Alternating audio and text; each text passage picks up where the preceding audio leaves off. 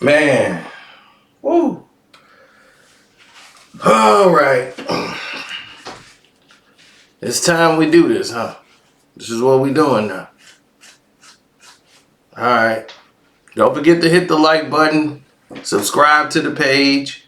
Carcino is the name on the Cash App, which is Karceno. And because someone cashed out a very good amount, we're doing this video. So thank you very much for that Cash App. And yes, I thought I did this, but I actually didn't. This is the truth behind the Ralph Tresvant Bobby Brown beef, which a lot of you know pieces of, but not a lot. So strap in, here we go. Now, we all know the history. Bobby and Ralph became real tight. Once Ralph got in the group,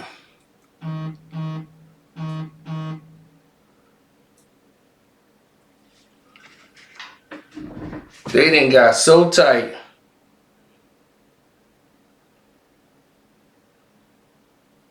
it didn't even make no sense.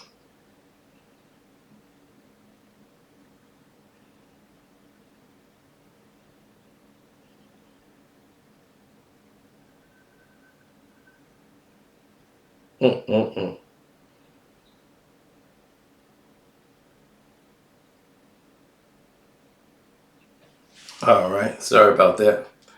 Got a little message. Now, when they were coming up and they were talking about the group, Ralph was the one that had the solo deal. That was it. Ralph was the one they wanted. He had the distinctive voice, and nobody since Michael Jackson is who they wanted to deal with. They were like, we haven't heard nobody like this since MJ. Michael, a kid with that distinctive sound, that falsetto, and that kind of energy and dancing. This could be the look. But Ralph didn't feel comfortable doing that without his boys. He felt like, I can't come back to the hood and lead a group. So he sacrificed for the group. But not only that, one of the other managers said, it'll be like the Jackson 5. You have the newer version of the Jackson 5. You got these 5 kids coming up in the group, and then Ralph can branch off and have a solo career. This is gonna catapult Ralph. So that's what the group's focus was.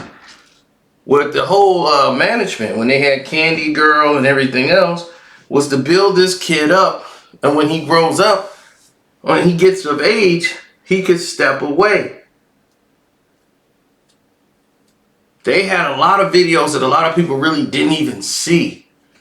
They were made like, it almost looked like they were in London. They were like in New England filming this videos. But Bobby and Ralph were boys, you know what I'm saying? And Ralph used to complain. I mean, Bobby used to complain because he felt he was the better singer. Bobby was the power singer of the group, the power vocalist.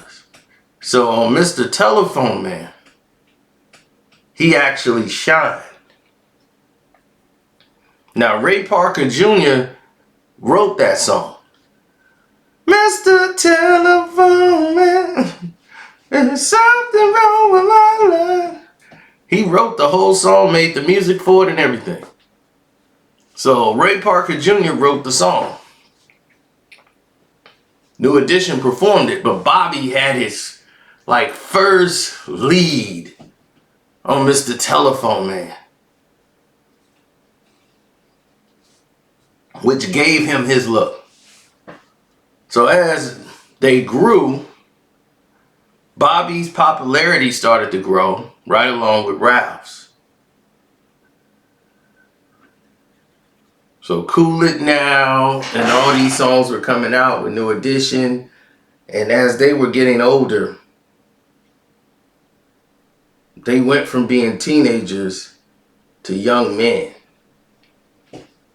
There were times where this is where the friction was coming in at. Ralph always sided with Bobby. No matter how crazy Bobby would do things in the group, Ralph was the one that was like the only one that really could talk to him. You know, like they was like boys and they understood the situations. And Ralph was like, that's my guy. He the one named him Rizzo the Mac. They were rolling buddies. Those two were what you would call they were the essential part of the group. And they were really the vocalists. You know, Ricky's voice hadn't really gotten into his own yet. He was still honing his voice. But Bobby and Ralph were the vocal guys of the group. Ronnie was there for the dancing or hip hop, him and Michael Bivens. The problem started to ensue once Bobby started getting really erratic, to the point where he was out of the group. His drug usage, his crazy erratic behavior. I mean, there was a time where Ralph had to pick Bobby Brown up and slam him.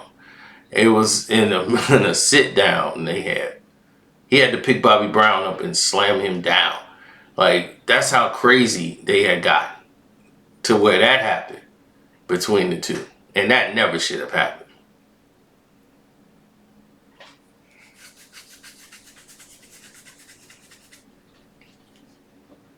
Now, Bobby Brown is no saint and no angel, but neither was Ralph. Ralph was doing stuff. They just kept cleaning stuff up for Ralph, and this would piss Bobby off. It's like, man, don't talk to me. If you know Ralph doing stuff, this dude got a whole baby coming. You know what I'm saying? And then his girl ended up, I believe, getting an abortion on Ralph's first child because they couldn't have that. Ruined his career and all this stuff and early on. So at that point, B was like, I'm the trouble. This dude got a whole baby coming. He got all this stuff happening around him. And everybody cleaning it up for him, but they putting it all on me. So Bobby was deflecting. He was running the streets and it was crazy. So when they kicked him out the group, he was like, I don't care about this anyway. I can make a lot of money just being around the hood. We ain't making our money anyway, which he was right. You know, they was getting robbed. And he was like, man, we ain't making no money, real money anyway. So, man, forget this record business. So he was just going in the hood and for the hustle. He gets a record deal. The president of the company came and signed Bobby. Because the mom called him, you know that. So he got a record deal. He called up Ralph. Like, yo, I just got my own record deal. Solo. Yeah, I'm finna do my own thing, Rizzo. You should bounce and do your own thing. I'm quite sure you'll get a solo deal from him. So Ralph is sitting back like, wow. So they gave Bobby a solo deal and they still want me to make New Edition albums. Like, how Bobby, he's like, that's going to be messed up. Bobby, the first solo artist out of the group, that messed everything up. That messed up the entire process. So they decided they're making one more album and that's it. Ralph is going solo. It was Ralph that was going to lead the group. They said, we're bringing in somebody, you know, to help. And it was Johnny Gill. And Johnny was coming to help out with the vocals, everything. And at this time, Ralph was frustrated because he was, you know, reluctant to be around Johnny. His thing is, we don't need Johnny. Or we don't need no other. I'm the lead single and vocalist here. I'm the one that stays here. Everybody else do their part. Ralph stay in the studio to make sure the vocals is right, everything else. Everybody else drop their rap, their vocals, and they just leave it all with Ralph. And then Ralph be in the studio all night. So him and Johnny, he saw Johnny was that way too. So him and Johnny united, and they was real cool then. At this time, he's still cool with Bobby, because Bobby put out his solo album and had Girlfriend on it and all that, and it gave him a buzz. It didn't do better than New Edition's album, but it stamped that Bobby Brown had a career. He sold some records.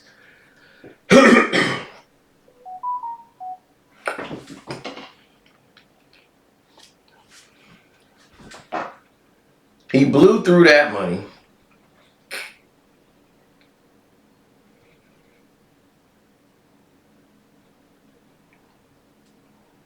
I mean, blew through all of it.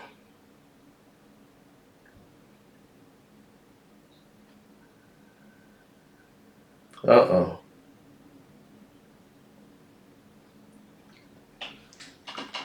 So as he blew through all the money, everything started to get crazy.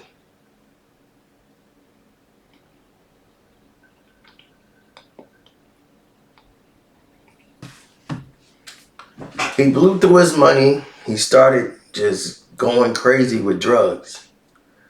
And right now, Terry Lewis and all these other guys, they're working on what's going to be Ralph's last album. And Ralph is preparing to get his solo deal with MCA Records. So he called up Bobby, and Bobby and him get on the phone. And they was talking about Bobby's album and what's going to happen. So Bobby's working on with L.A. Reid and Babyface, and they got a song for him, and they got the Don't Be Cruel, and then this song they got called Every Little Step I Take. Ralph was hanging out with Bobby. They were kicking it the whole time, and Bobby dipped off. Ralph was supposed to meet up with him, but Bobby Brown that time was heavy on the drugs. Through the entire process of making Don't Be Cruel album, Bobby was at probably one of his worst times on drugs. He was running back and forth, making drug runs in the streets. He would come in, lay some vocals on the song, do his thing, and be like, all right, I gotta go. I'll be right back. And he'll be gone for 2 hours, 3 hours. Or if he's supposed to be there, he's late, because he's trying to catch the drug man. So he was gone, talking about I'm going to be back. And Babyface and, L.A. and Babyface or whatever, they getting ready to leave. They ain't finna be there. They like, we got to be in L.A. So this ain't going down. So they was like, well, what we going to do here? They was like, man, look, I tell you what's finna happen here. He was like, look, what's his name? Louis Silas was pissed off with Bobby Brown. He almost canceled this album like 4 times. Just saying, we're going to scrap this whole album and get rid of Bobby Brown. That's how pissed off he was. But because of the success of New Edition, Bobby Brown was still an ex-member of New Edition. We can't just throw that innate value away and throw this money into a new artist. We could still sell records with Bobby Brown. He has a name.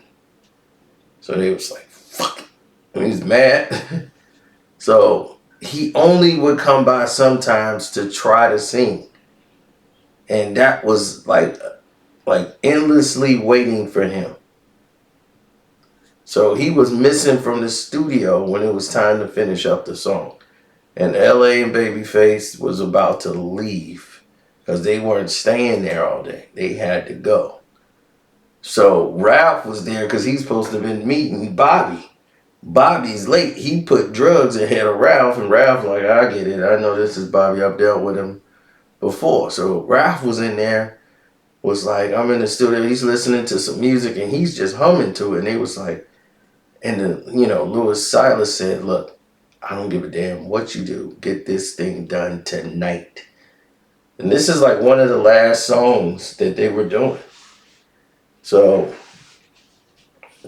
they were like, Ralph, can you go in and, sing the song over? And they were going to LA and said, yeah, you could sing, the first 16 or 32 bars of the song or whatever.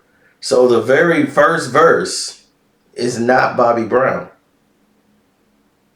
That's Ralph Tresvant's verse on Every Little Step I Take. Not Bobby. See, I like to give people the whole story so you get to have some context to it. So you could just know exactly where their relationship was and how crazy things gotten, like out of control. So Don't Be Cruel, of course, was a major hit, major slam, sold about 8 million records. And Bobby Brown Ralph Tresvant secretly had vocals on the beginning of the song. And that was one of his biggest songs on there, is Every Little Step I Take. Bobby's a hit.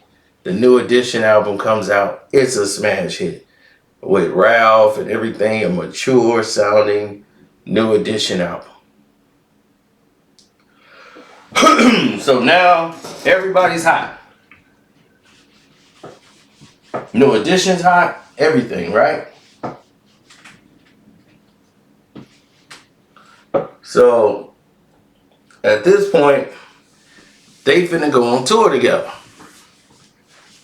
The Bobby Brown tour with New Edition.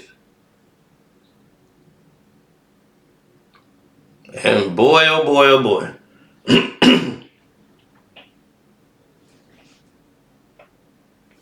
All hell broke loose.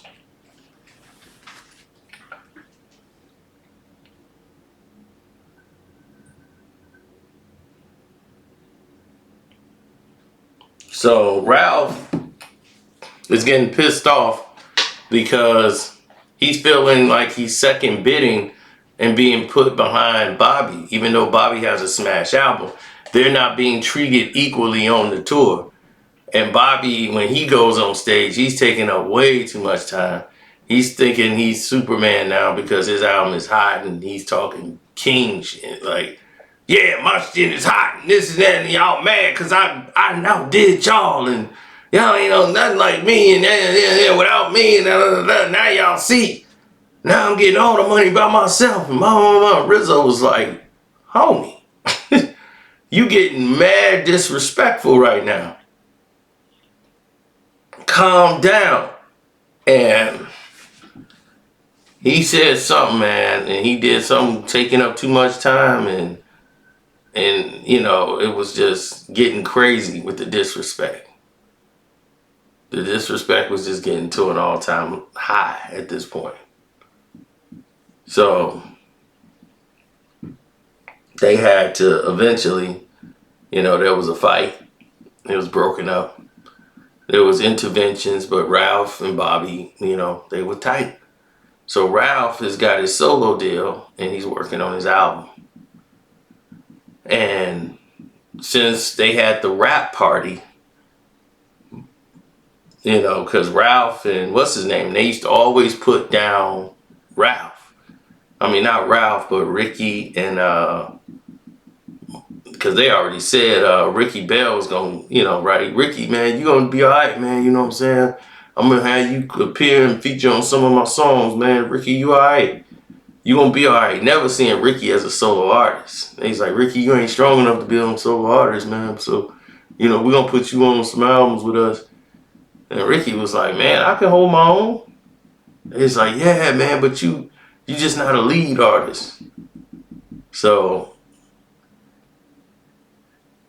Ronnie and Mike, that's what was like, man, what's gonna happen with Ronnie and Mike, man? He's like, I don't know. You know, Bobby's like, I don't know, man. You know what I'm saying? Like, I don't know, man, because I don't know. Just don't know what to tell you. I don't know. So it was just like, you know, like, Rizzo, we gonna be alright. I don't know about them. So Bobby's out doing his thing, and next thing you know, he's with Whitney Houston, messing with Whitney. They kicking it, doing their thing, and Jimmy Jam, was it Jimmy Jam and Terry Lewis that was there? And they took, they was like, so what y'all gonna do? You know, now that the group ended. He's like, we got some ideas for some new things. He was like, all right, well, I'll tell you what. Y'all come see me. I think we could work something out with y'all two. You know, just y'all three. And then this is how Biv DeVoe was put into play. So when Biv DeVoe got put into play, and they came out with all the new style, the dances, the hip hop, the rap, and the singing, Ricky did most of the vocals, and when Poison dropped, it was that new age flavor, which is dance, more rhythm, everything. And it put everybody where they needed to be, because the New Edition wasn't getting any money as New Edition. You know, so they were no longer going to perform as New Edition, but they were still going to be together. They were still going to be cool.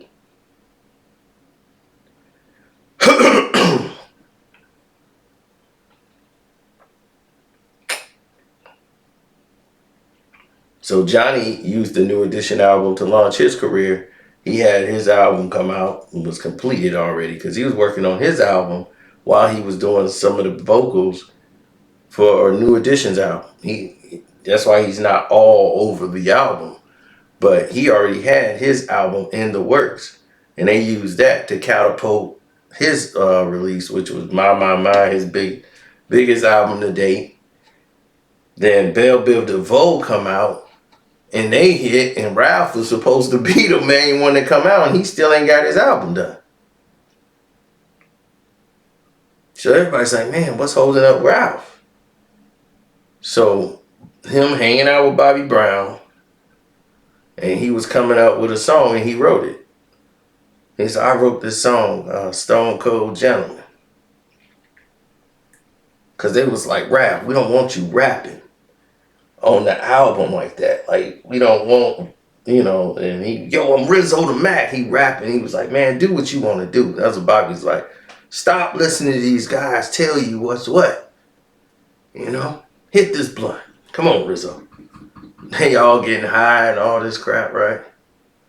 So they get to it tight. They've been hanging the whole album, like while he finishing the songs. So Bobby Brown comes in and does the hook.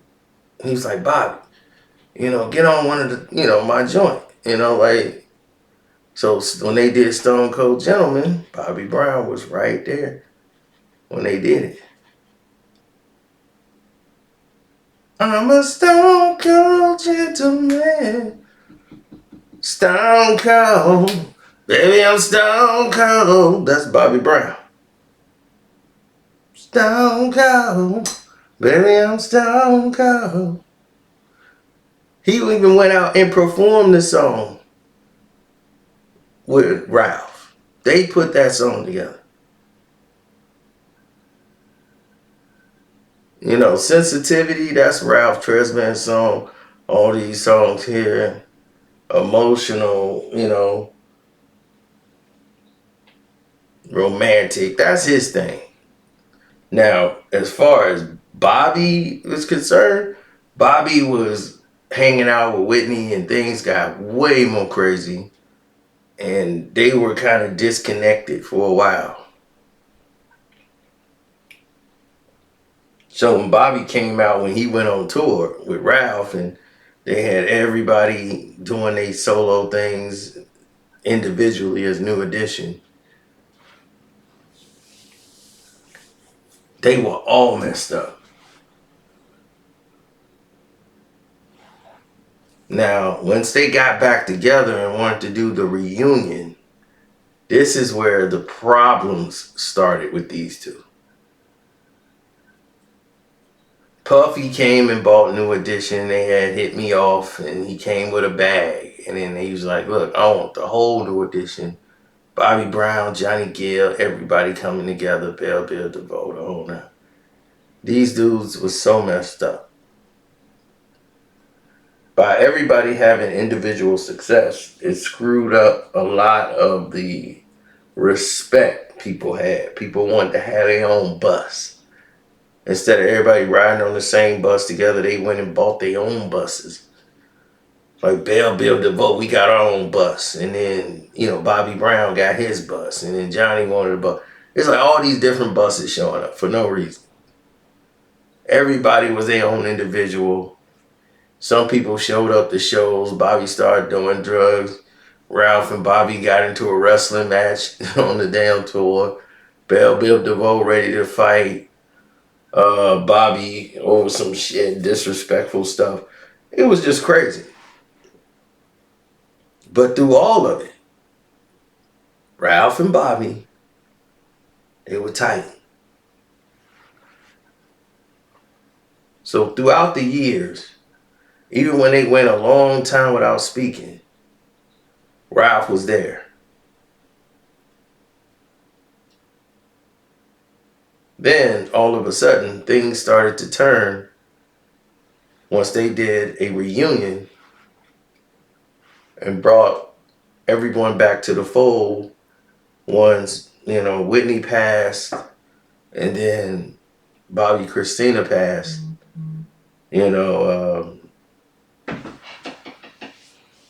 Ralph was, one of the first people to reach out to Bobby, to support his brother.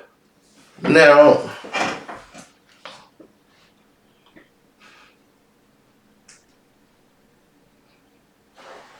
it's crazy. Sorry about that. I had to do the text message. So, after this reunion album was done, right? Bobby had asked Ralph for some money. He asked Ralph, he's like, look, I'm finna get some payment on this thing here. Ralph was like, I don't really have what you just asked me for, but I'm gonna give you this. And I'm saying it like that because that's how it was worded. It never wasn't a total amount of how much Bobby had. Whatever he asked for, Ralph said, I don't have that, but this is what I can give you. And it was love. Now,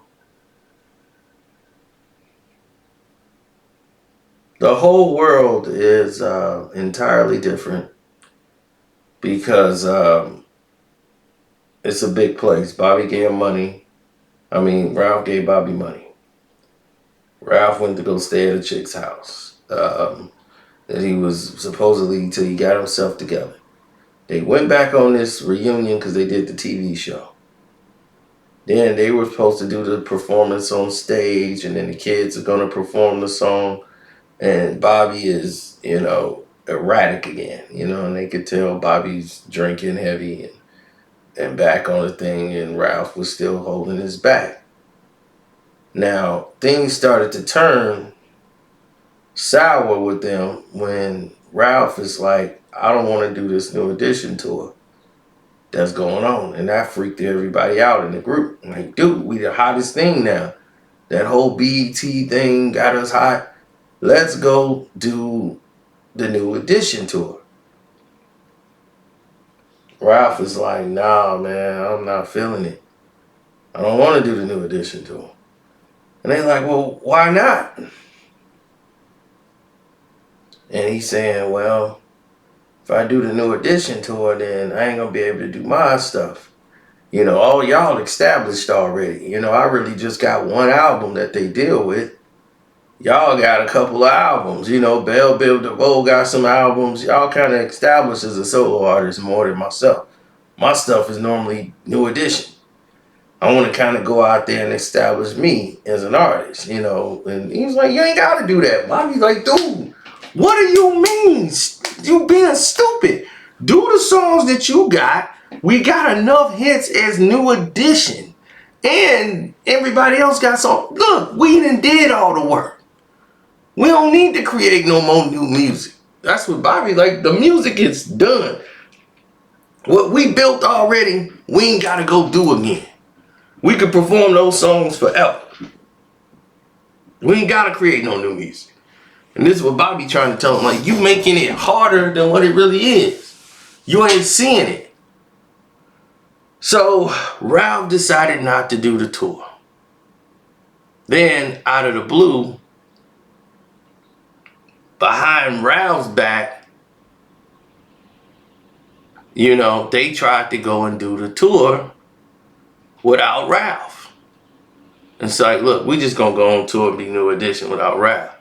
So they was like, New Edition is gonna be performing and going on tour, blah, blah, blah. He's like, whoa, wait a minute. How they going on tour without me? So Ralph's people called and said, y'all can't put New Edition on no flyers. That's not our own New Edition. They was like, how you own New Edition? So Ralph and Johnny Gill filed for the trademark of New Edition. So they own the name New Edition. So they own it, so he couldn't use that, or they couldn't use it as they performed. And man, Bobby was livid. Everybody was livid at Ralph and Johnny over this situation. So it became a really big problem. So they became Ronnie, Bobby, Ricky, and Mike. And this is the first time Bobby really had beef with Ralph, you know. So it was like, you messing up my bag, and I need this bag. So they went and did the show, and then Ralph and Johnny was doing their thing, and they was saying they were New Edition, and that was gonna be a problem if he was gonna use the New Edition moniker. So they felt a certain way about it, and that was all the members of the group felt like they were on Bobby's side.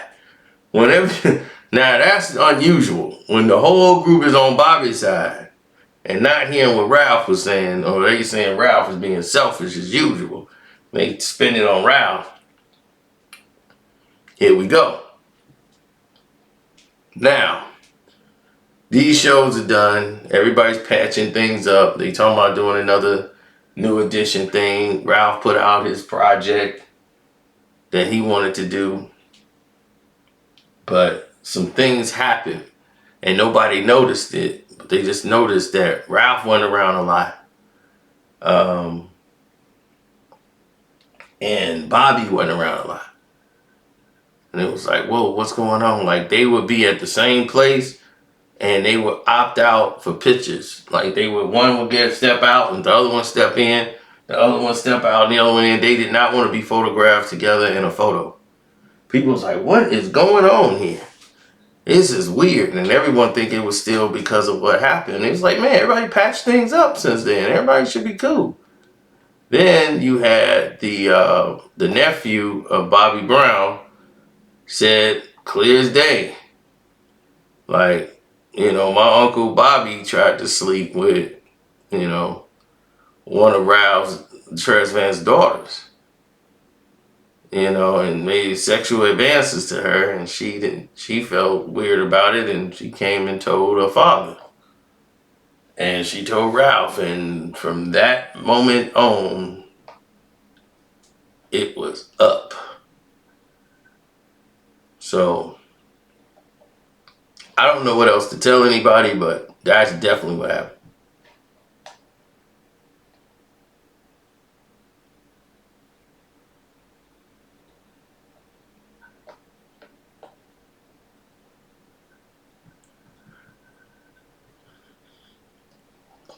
So that's where it is, people.